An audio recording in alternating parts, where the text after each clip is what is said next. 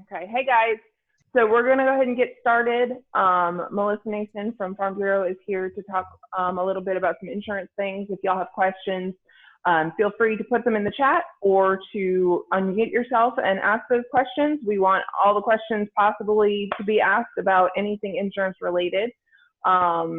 We've got lots of changes with flood maps, it's hurricane season, all those fun things. So Melissa, I'm going to turn it over to you and enjoy. Okay. Good morning. How's everybody doing today? Good. So I guess I'm it today. So y'all are left with me. I hope that's a good thing. So this is supposed to be for the new flood maps coming in, also any flood questions that you might have, or just any insurance in general that you might want to ask. I will see if hopefully I can answer it, and if I can't, then I will definitely find the answer for you and get back with you. As everybody knows, the big talk is the flood maps coming up. That's changing in June, in just a couple of weeks. It is going to affect a lot of areas. Onslow County, has done a good job on their GIS system on putting out, what the preliminary plan and then what's supposed to be effective coming up.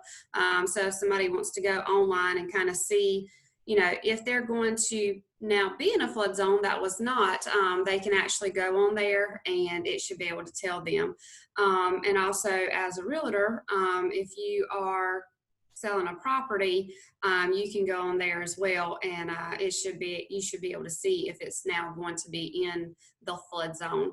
I will tell you, if something is in an AE zone, and it was in an X zone, the best thing for your client to do is go ahead and get an elevation certificate. I've quoted a couple already that they were in an X zone, they're going to the AE zone, and without an elevation certificate, the flood insurance ended up being like $11,000 a year, which is crazy, but it's because it's doing it from the ground up, because there was no elevation certificate. So once they did get an elevation certificate, then their premium went down to like $650. So total difference on that with having an elevation certificate and not. I've had a lot of people ask me, where do we get an elevation certificate from? So that of course would be definitely, from a surveyor to get that done. So, and even though it probably costs about $500 to get one done, it's definitely going to save you when it comes to flood insurance. Has anybody got any questions on that part of the elevation certificate and the elevation in, the flood insurance? There's a question in the chat box from Ryan just asking, why wouldn't it be a PRP rate? Because a PRP rate is the preferred risk. That's for the X zone. So you do not need an elevation certificate when you are in an X zone or the PRP zone. When you would need it is if it would continue to be into the AE zone. Right. I guess what I'm asking is, if you get it while it's in an X before it becomes an AE, why wouldn't you be grandfathered as a PRP? Because with the flood maps changing, then you're going to get a new rate from that flood insurance company.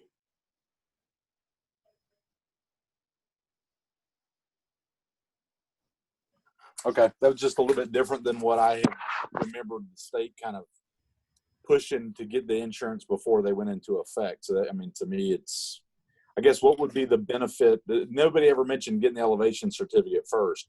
Everybody always just said, well, make sure you get the insurance before the new maps go into effect. I'm not really for sure about that, because like our current customers right now that we've had for years, if the flood maps are changing them into a flood zone, then their insurance rate is changing based on that.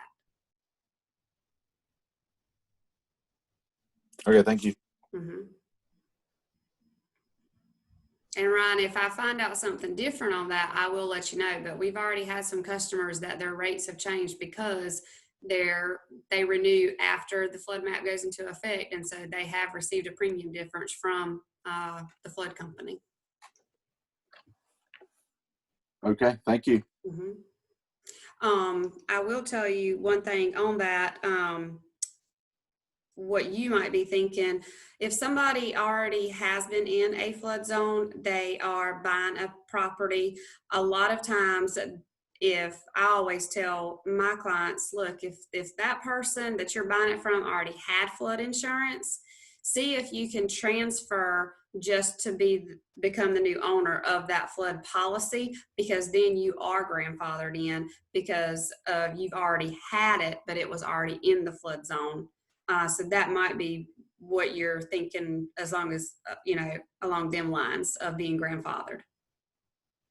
Because it would be cheaper for them to keep the same flood insurance that they had than to get a whole new one with the rate increases.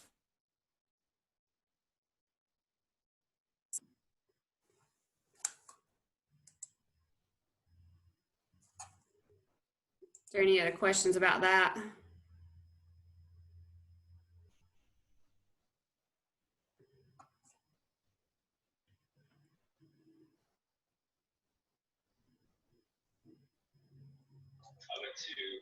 Not so far, so it looks like you can go to the next point.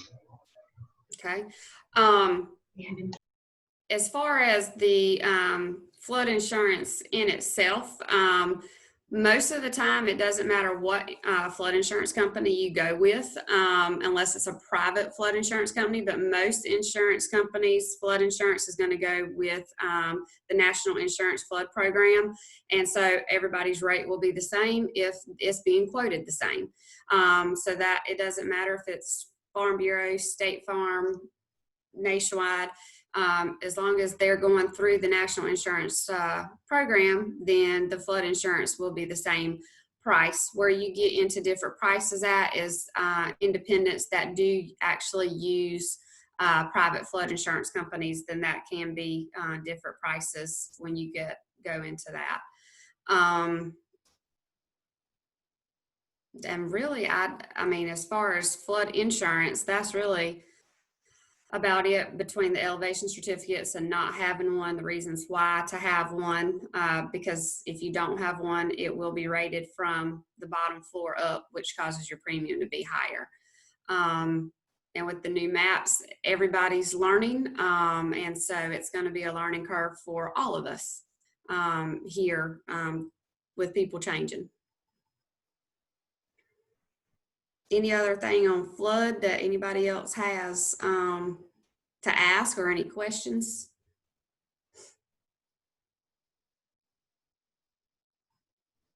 All right. Does anybody have any insurance questions in general? Homeowners insurance, wind insurance, especially let's move into the hurricane season is coming up. There's a lot of companies that you need to make sure that when you are getting quotes for new buyers, you got to really look at cheaper is not always the best, because some people do have a lot higher named storm deductibles. Some people are doing 2%, 5% wind and hail deductibles, which that doesn't really sound bad until you actually have a claim and then you realize you have a $5,000 deductible. That's where it kind of then it will hurt your buyers, is after they have bought the house, they've moved in, and they have their first claim. So really make sure you pay attention, because if I was the realtor, I would want to make sure that yes, they do get a good deal, but that they're going to be looked after too when they do have a claim situation, especially since hurricane season is coming up. And most of the time, if people are going to have a claim, it's going to be during hurricane season. So just make sure that you are looking at them deductibles and the type of coverages they have. Also, with Florence, we've learned a lot since Florence. A lot of customers also have learned a lot between dealing with local agents and people that they just have to call the 800 number and deal with. that goes a long way. When you have a problem and you can actually come in, sit down, talk to somebody and say, look, I need some help. Please help me. That's some things to look at. With Farm Bureau, we do deal with North Carolina joint underwriters. But if it is a named storm situation, Farm Bureau actually handles the claim and not North Carolina joint underwriters. So that is a good part with Farm Bureau, is that we have agents, adjusters that come here. We will set up a catastrophic team here in our office, and we deal actually with the customers ourselves. Then what happens is the estimates are sent to North Carolina joint underwriters, and all they're doing is approving it and writing the check and get the check sent out. So that is a little bit different than having to deal with straight through them that they don't know when it comes to the named storm situation. Any questions on named storms and hurricanes and deductibles?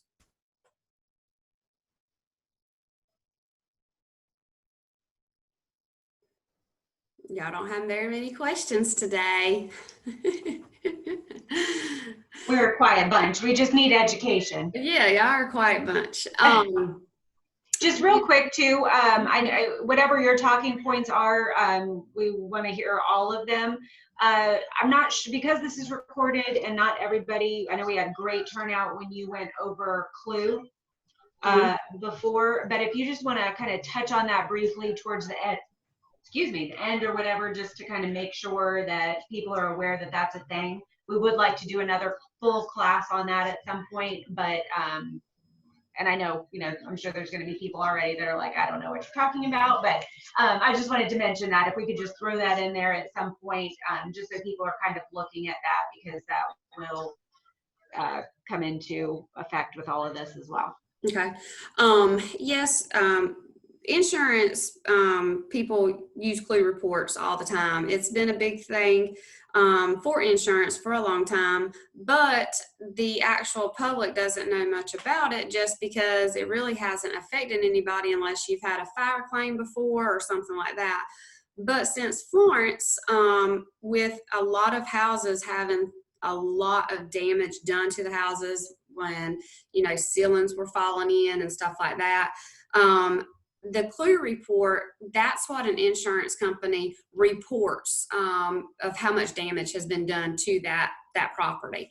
So if you have a buyer, a house has been, destroyed on the inside, and when you pull that Clue report up and you're trying to get some insurance on it, some insurance companies will not actually write it if this had significant damage before, or we need to see, what has been done to make sure that that house has been properly fixed before another insurance company will actually put insurance on it. Also with the customer themselves, when we pull a Clue report, it will actually pull for that customer of how many claims they've had in the past, whether it be fire claims, theft claims, wind claims, and then the actual property that it was at. So that is both what an insurance company does look at when they pull that property up, to make sure that we do want to insure that property.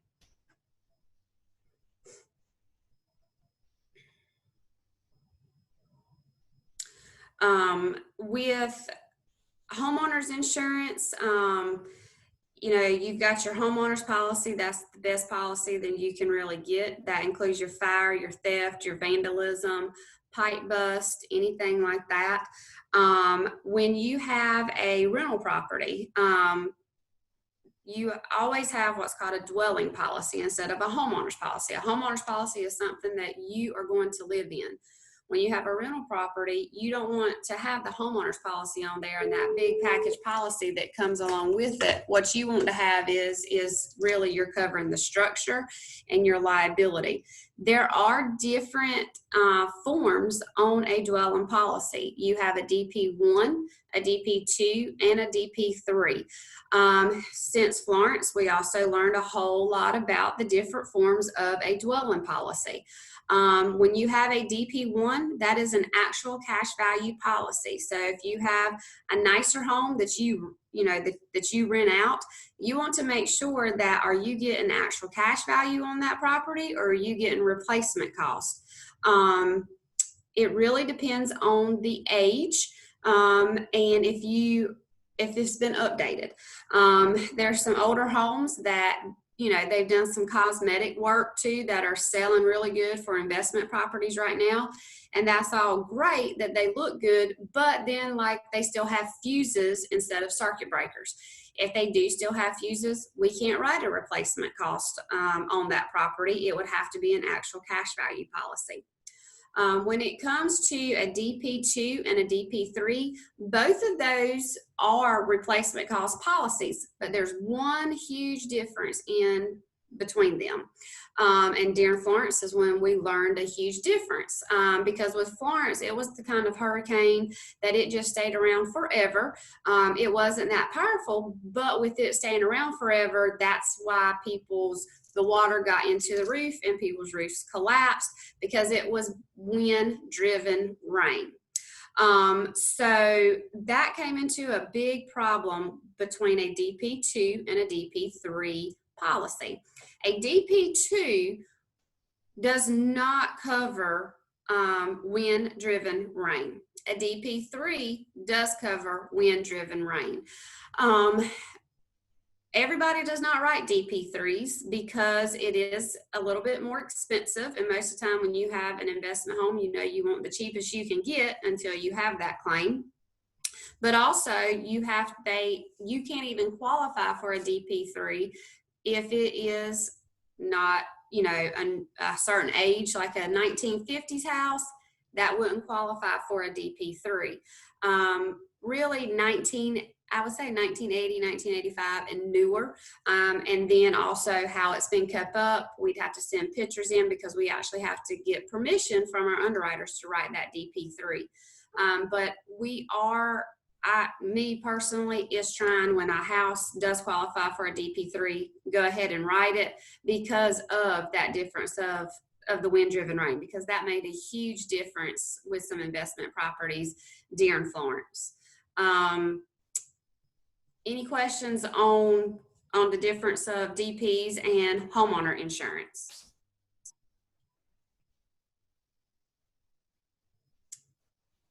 All right.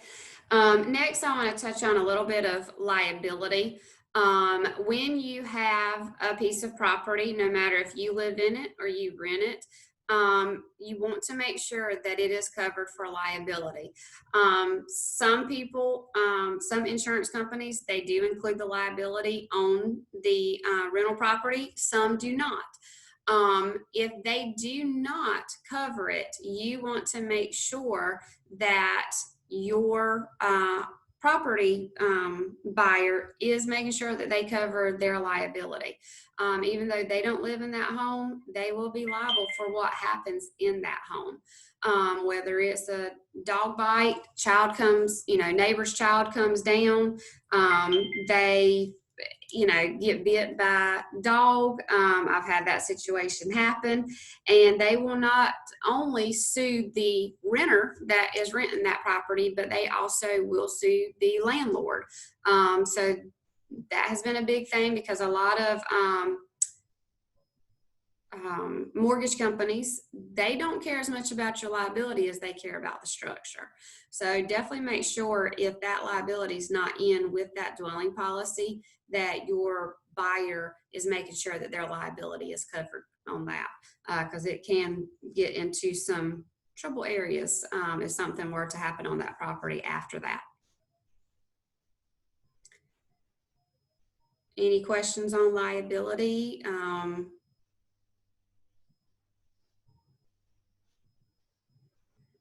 Nope. All right. I really think I've kind of covered, because I've covered the fire, I've covered the wind. Hurricane season definitely not started off too well. Praying that we have a good hurricane season this year. We don't want any more Florences for sure.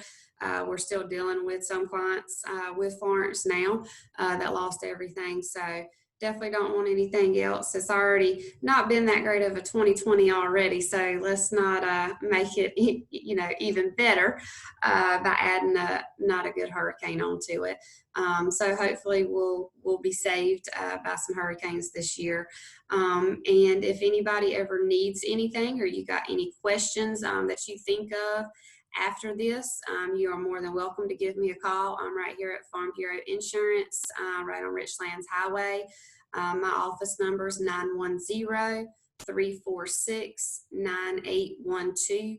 And my email address is Melissa, MELISSA .Nason. It's N as in Nancy, ASON @ncfbins.com.